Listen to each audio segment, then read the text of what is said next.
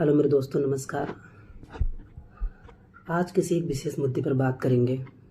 मुद्दा बहुत गंभीर है क्योंकि आज जो तारीख आज 24 सितंबर है। आपको याद होगा एक डेट 24 सितंबर 1932 को बहुत ऐतिहासिक दिन था। एक डिप्रेस क्लास के लिए बहुत ऐतिहासिक दिन था, जिससे उस दिन के बाद रिजर्वेशन की एक गांठ पड़ी। जो डिप्रेस क्लास को रिजर्वेशन दिया गया 24 सितंबर 1932 के बाद ही दिया गया। इसकी शुरुआत हम आज जानते हैं कहाँ से होती है। जब ब्रिटिश गवर्नमेंट भारत में थी, 1919 अधिनियम लेके आया था ब्रिटिश गवर्नमेंट ने। उसमें कुछ प्रावधान किए गए थे। प्रावधान क्या थे? इस देश में जितने भी वंचित लोग हैं उनको आइडेंटिफाई करना था कि क्या है स्थिति, क्या है इन लोगों की। अब उसी के बाद 1919 को समीक्षा करके एक रिपोर्ट आती है।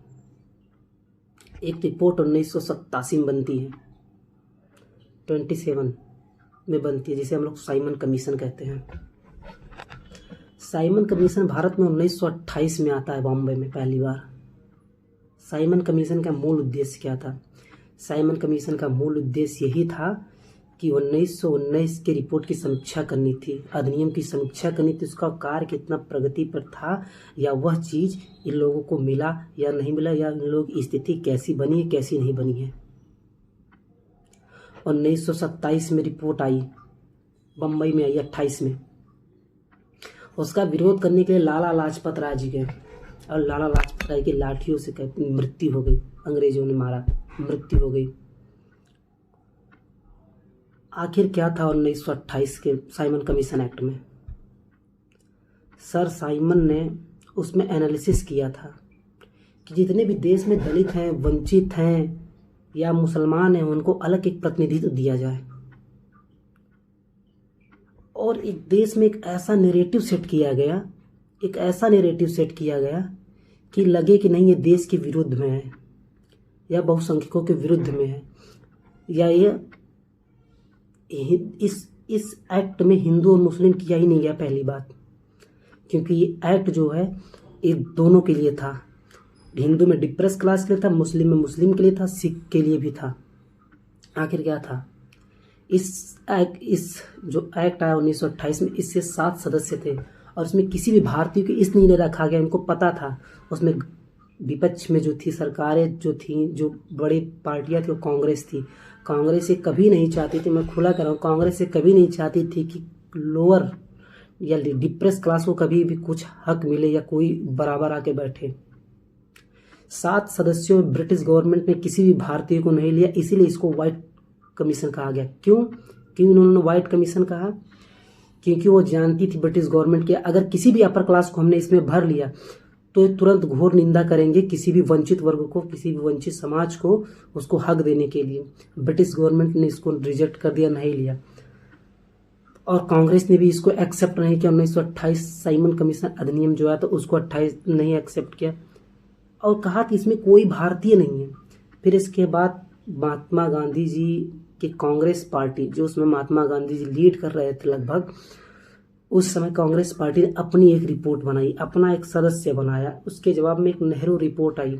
नेहरू रिपोर्ट क्या था? 1928 में ही, लगभग 1928 में नेहरू रिपोर्ट आई। मोतीलाल नेहरू उसके अध्यक्ष थे और पंडित जवाहरलाल नेहरू उसके सचिव थे। उस रिपोर्ट में क्या कहा गया? आपको उस रिपोर्ट की बात बता देंगे, आपको मोटा मोटा बात बता दे रहे। उसमें 9 सदस्य थे। बात दलित उत्पीड़न की चल रही थी, बात डिप्रेस क्लास की चल रही थी, बात मुसलमान की चल रही थी, बात सिख की चल रही थी। उसमें 7 सदस्य, साइमन कमीशन में 7 सदस्य थे, और इसमें 9 सदस्य थे नेहरू रिपोर्ट में।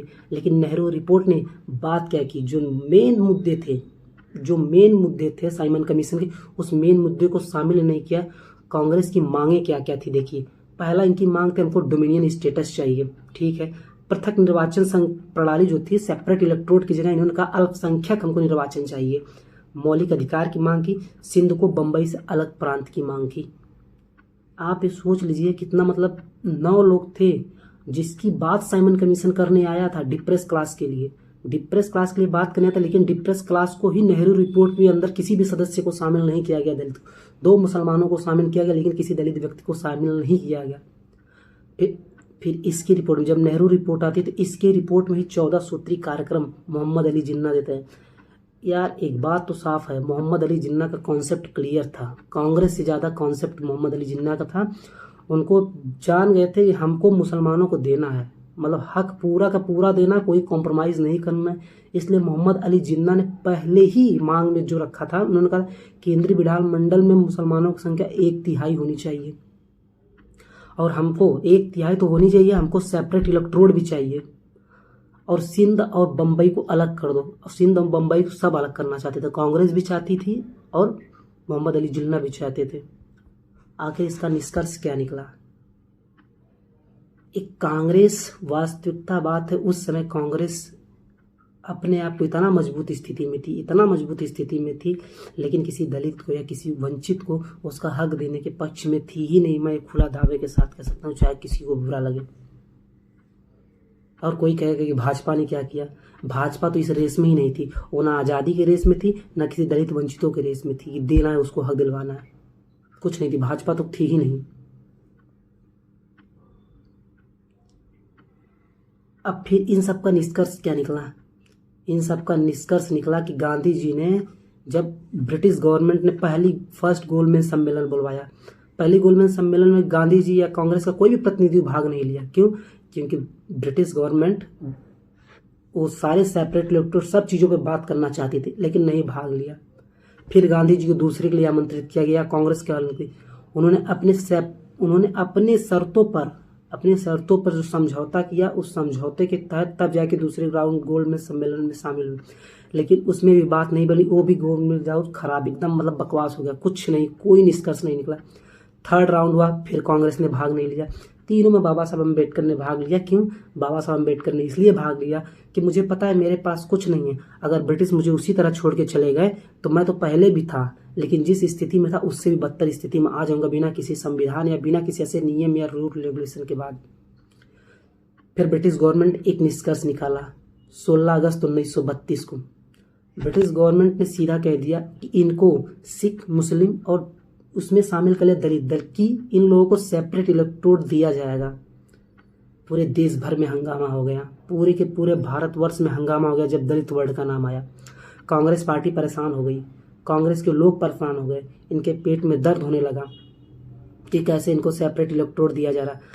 महात्मा गांधी जी जो कहते हैं दलितों के लिए बहुत कुछ किए, महात्मा गांधी जी ने मरड़ा अनशन कर लिया कि ये नहीं होना चाहिए, ये बहुत गलत है, हिंदुओं को अलग करने के लिए है। 16 अगस्त 1932 को सेपरेट इलेक्टोरेट आया, मना कर दिया, आमरण अनशन पर आ गए। बाबा साहब अम्बेडकर को उस समय इतनी समस्याओं झेलना पड़ा। कहा जाता है कि जब बाबा साहब अम्बेडकर ने पूना पैक्ट पे मतलब सेपरेट इलेक्टोरेट को जब तक जारी रखा, तब तक दलितों के घर तमिलनाडु में कोई गांव था, मुझे याद नहीं आ रहा, उसको फूंक दिया गया। तमिलनाडु ही नहीं, पूरे भारतवर्ष में जहाँ दलित बस्तियाँ थी या जहाँ डिप्रेस क्लास वर्ग के लोग थे, वहाँ सभी के लिए सभी के साथ अन्याय किया जाने लगा। फिर बाबा साहब ने शर्त मान गए कि ठीक है, मैं सेपरेट इलेक्टोरेट नहीं लूँगा, लेकिन 24 सितंबर 1932 को इन लोगों ने, बाबा साहब ने एरवदा जेल में जाके मदन मोहन मालवीय और बाबा साहब अम्बेडकर के बीच, मान लीजिए कि आप महात्मा गांधी जी के बीच में ही पूना पैक्ट साइन हुआ। 24 सितंबर 1932 को पूना पैक्ट शामिल हुआ और उसमें सीटों को बढ़ा के 148 कर दिया गया। लेकिन बात इसकी नहीं है, बात इसकी थी अगर सेपरेट इलेक्टोरेट मिल जाता तो मैं पूरे दावे के साथ कह सकता हूँ 95% की आज दलित उत्पीड़न नहीं होता, क्योंकि दलित उसे ही भेजता या डिप्रेस क्लास उसे ही भेजता जो उनके बीच में जो उनकी समस्याएं सुनता हो। कहीं किसी और स्टेट का या कहीं और का आके वहाँ से चुनाव जीत के, चुनावी भाषण या धार्मिक भाषण या जातीय भाषण जीत के ना जाए। यह देश में सबसे बड़ा दुर्भाग्य था कि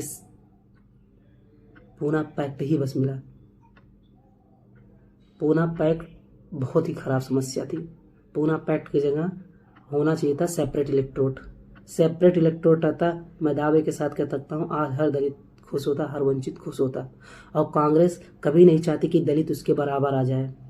महात्मा गांधी जी का थॉट कभी था ही नहीं कि उनको अपने बराबर रखे, लेकिन आज कांग्रेस पार्टी आज बाद में नारा देती है गरीबी हटाओ, गरीबी हटाओ, किसानों को बचाओ।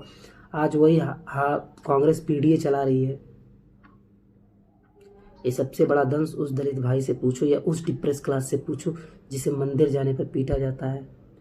जो आईएएस है, आईपीएस है, वो अपने कुर्सी पर बैठते तो उनकी कुर्सी को साफ करवाया जाता है। अपने पूर्व मुख्यमंत्री अखिलेश यादव जी की कुर्सी का शुद्धिकरण किया गया, आवास का शुद्धिकरण किया गया। जब एक मुख्यमंत्री के साथ हो सकता है तो सोचिए दलित में किस देश में किसके साथ नहीं हो सकता है।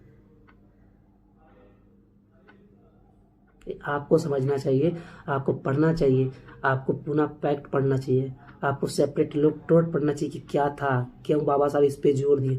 बाबा साहब ने कहते हैं कि बाबा साहब रोते हुए पूना पैक्ट पे साइन किए हैं। बाबा साहब को पूरा मानसिक स्थिति पर दबाव बनाया गया था उस समय। पहली बात, साइमन कमीशन का स्वागत कर कौन रहा था? साइमन कमीशन का स्वागत बाबा साहब अम्बेडकर कर रहे थे, बाबा साहब की पार्टी कर रही थी, जस्टिस पार्टी कर रही थी, पिछड़े वर्ग की पार्टी कर रही थी।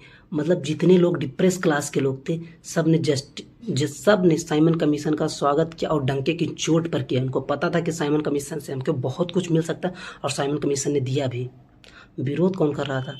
कांग्रेस की पार्टी, ऑपोजिशन की पार्टी, अपर क्लास पार्टीज, यहाँ तक कि लाला लाजपत राय जी की मृत्यु भी हो गई इसमें विरोध करते हुए।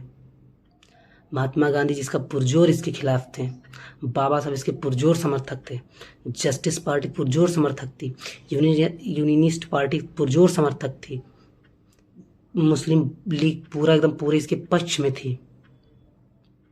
तो आपको एक समझ जाना चाहिए कि क्या चीज़ मैं कहना चाह रहा हूँ। जितने भी डिप्रेस क्लास के लोग थे, डिप्रेस क्लास में बार बार क्यों कह रहा, मुझे दलित वर्ड यूज करने में बहुत ख़राब लगता है। क्यों भाई दलित है? बाबा साहब ने पहले ही कहा था कि दलित नहीं डिप्रेस क्लास है। डिप्रेस क्लास को पता था उस समय, वहाँ के जितने भी महामानव लोग थे उनको पता था कि हमको इसी एक्ट से ही हमको कुछ मिलेगा, इसीलिए उन्होंने इसका स्वागत किया। और पूरे भारत में जितने भी डिप्रेस क्लास के लोग थे उन्होंने स्वागत किया, पूरे डंके की चोट पे स्वागत किया। लेकिन जितने भी अपर क्लास या कांग्रेस या कोई अन्य दल का था जो नहीं चाहता था कि इन लोगों को गुलामी और जंजीरों से आज़ादी मिले, उन्होंने इसका स्वागत नहीं किया, उन्होंने इसका पुरजोर तरीके से विरोध किया। लेकिन फिर भी साइमन कमीशन आने के बाद, लेकिन जो बाबा साहब की बातें थीं, जो बाबा साहब का कंडीशन था, जो बाबा साहब सेपरेट इलेक्टोरेट चाहते थे, नहीं मिला।